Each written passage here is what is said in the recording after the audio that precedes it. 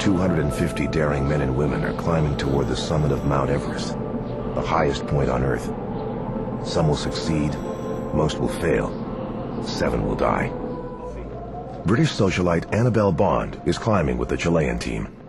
Annabelle doesn't fit the stereotypical image of a grisly Mount Everest assaulter. Mum was the one that got me into it, and she met Andronicco at a party, and she was bragging about my climbing, which I'm going to tell her to stop doing from now on. And, you know, she was saying, oh, yeah, my daughter's a climber. And he's like, would you like to come to Everest? And without even consulting me, she said, yeah. So the next thing is, she wakes me up, I'm like, late night in London, and she's like, darling, you're climbing Everest.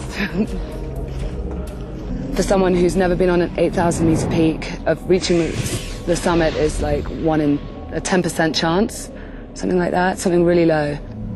To get to the top of Mount Everest, you need determination and creativity. Annabelle sees an obstacle and gets down to it. I've just seen my first dead body. I'm not really enjoying that experience. The final crevasse in the western Coombe is 10 stories deep.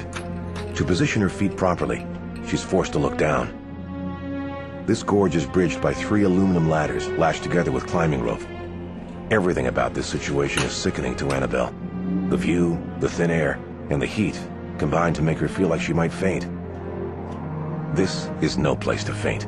I felt a little bit panicky. I have to tell myself a lot that I can do this, that other people have done it, and I've definitely got the strength and the ability to do it, so I have to keep talking to myself.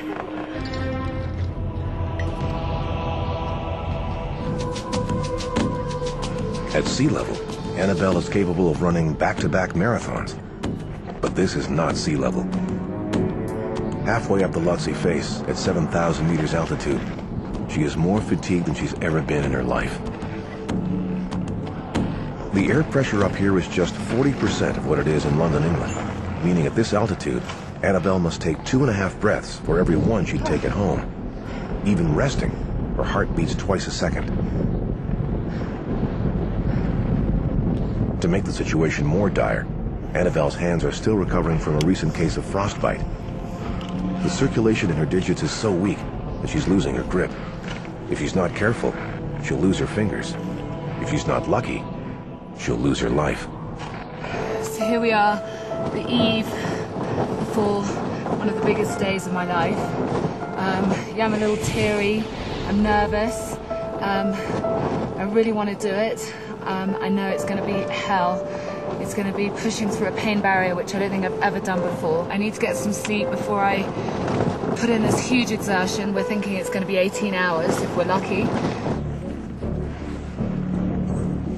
4 times I wanted to turn back. 4 times because I was really frightened. I just thought, what am I doing?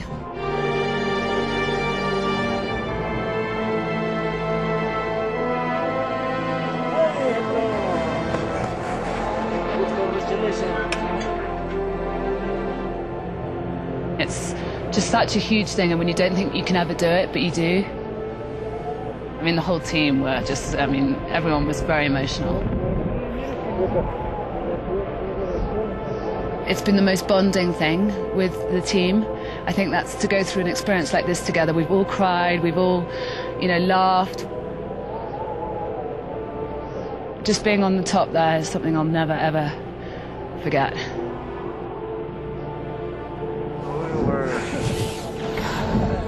Can't believe I'm here. It's amazing.